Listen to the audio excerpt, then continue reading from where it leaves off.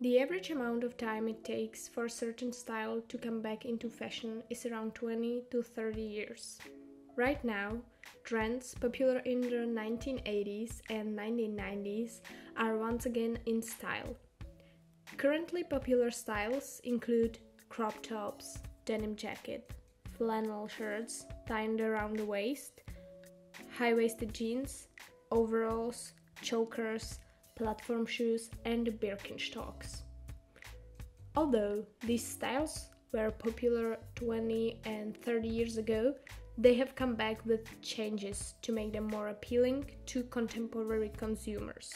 My name is Olja Egler. I am a fashion editor at Harper's Bazaar, and I have been working in the past for Vogue, for Elle, and basically I write about fashion, specialize in it.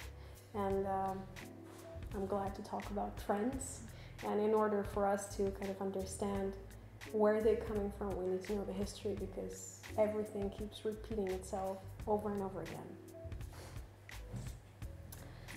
So basically the thing is that fashion has always come in cycles, and it hasn't been the matter only of the 21st or the 20th century, but long before. For example, if you take a look at the era of Napoleon and how people used to dress back then, you have this very famous muslin dress with the empire line, white gown that is very minimalistic, and it has been inspired, or at least the aesthetics of it has been inspired by the Roman Empire, which is also something that Napoleon was aiming at. So the fashion for him became also a tool throughout the century, let's say. And well, right now you have a consensus, let's say throughout the 20th century, you had a consensus that every 30 to 50 years, these are the cycles in which fashion comes back, which, for example, can be shown in teddy boys, because at some point teddy boys in the 1950s, they appeared as a new subculture, and they inspired their dressing they took it from the Edwardian era through the King Edward. After the Second World War, the first trendsetting agencies arose in Paris. One of the first was founded by Dominique Pesselers.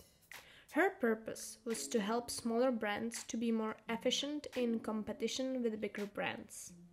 The bigger, more famous brands were influencers of style for the smaller designers during this time. Before the trendsetting agencies, the smaller brands had waited until the famous brands had come with their new designs on runways. With the help of trendsetting agencies, the smaller brands could bring sooner their new style and follow the zeitgeist, the general mood or quality of a particular period of history, as shown by the ideas and beliefs common at the time. Trendsetting agencies are teams of stylists and designers giving consultations. We also know every year a color of the year by Pantone Color Institute. For example, for the year 2023, it's a red called Viva Magenta, and it is likely the most high street brands, after researching the predicted trends, are going to bring some fashion pieces into their collections that are in this color or shade. Consumption of fashion changed rapidly for Spanish businessman Amenco Ortega too. He was the first fashion businessman who decided to use outsourcing of production in developing countries. Because of that, he could bring cheaper, trendy clothes into shops and therefore to more and more wardrobes. His business model is called fast fashion, and it is based on constantly changing styles and designs.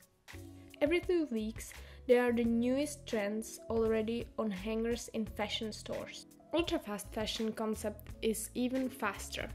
It looks for trends on social media using an algorithm.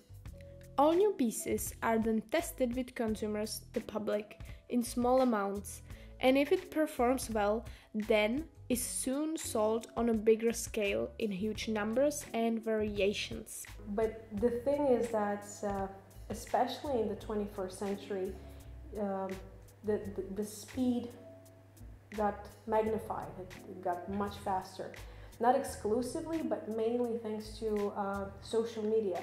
Now you have micro trends, and which completely changed this whole direction, let's say, of the fashion and of the trends. And also there's no longer one particular style, because since the 60s there's no longer one brand or one designer that dictates how long should be the skirt or what kind of color is the most fashionable one. The fashion became itself very much diverse, which means that now you can actually see, and we will take a look at that later on, where you can have a mishmash of different styles.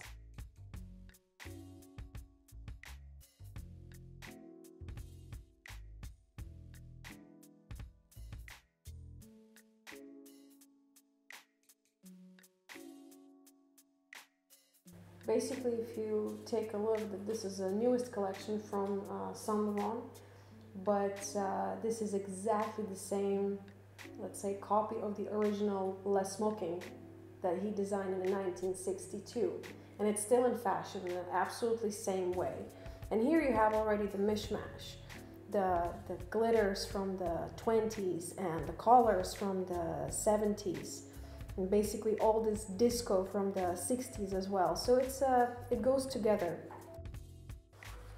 Or here, for example, this is a great example. This magenta color has been over for years, and I would even say a century, even more than a century.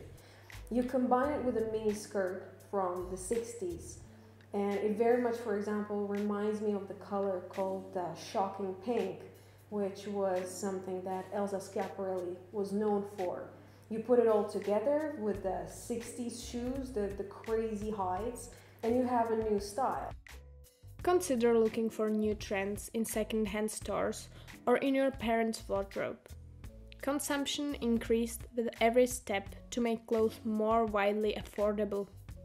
Be aware that there can still be differences between being trendy and having a style.